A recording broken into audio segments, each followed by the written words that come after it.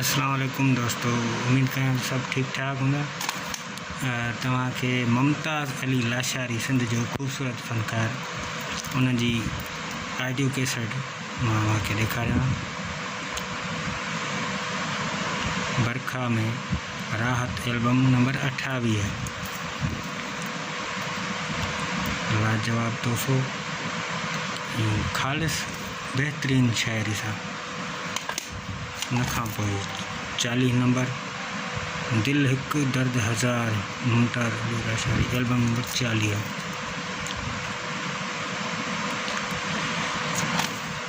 उन खां पोइ एल्बम नंबर 42 दर्दन वारी दिल बरखा इंटरप्राइज़िस लाजवाब शायरी। उन खां पोइ एल्बम नंबर आहे 45 यार जी सिक तमामु बहितरीन एल्बम नंबर। उन खां पोइ बरखा में आहे 5वीं नंबर आशिक लस्ती सील पैक ज़बरदस्त एल्बम नंबर 46 इश्क इबादत मुमताज़ अली लाशारी क्लासिकल सॉन्ग। उन खां पोइ 34 नंबर नाज़ प्रोडक्शन यार जी गोला एहसास दिलनि जा तर्जुमा सां ज़बरदस्त एल्बम हुई बि। उन खां पोइ 47 नंबर ये दिल लॻीअ जूं ॻाल्हियूं सील पैक नई कैसेट। उन खां पोइ हीअ बरखा में 29 नंबर परदेसी।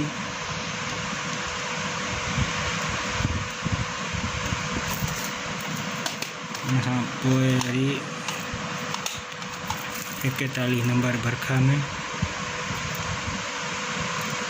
कुर्ब।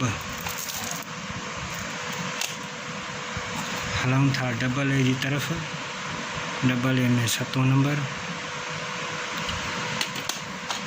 डबल ए में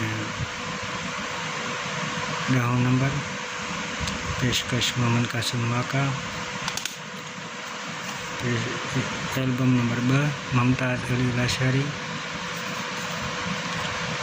original double A G cassette. ये 2 पीस आहिनि, 2 हिक जहिड़ा आहिनि लाजवाब।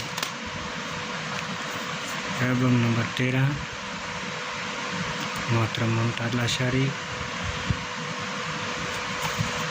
Cassette original. Album number 1 double A में सजणनि लाइ ख़ासि तोहफ़ो album number 12 Mumtaz Ali Lashari. Album number 3 double A में ही लाजवाब एल्बम आहे। उम्मीद आहे अव्हांखे ये पसंद ईंदा। ही पुराणो आहे सभिनी खां 505 नंबर।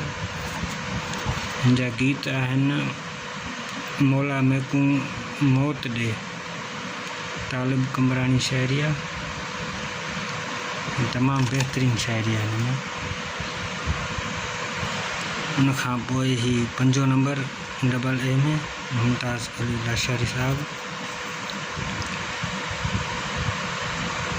कलाम तमामु बहितरीन आहिनि ज़बरदस्त हक़ीक़ी शायरी सुलझल शायरी।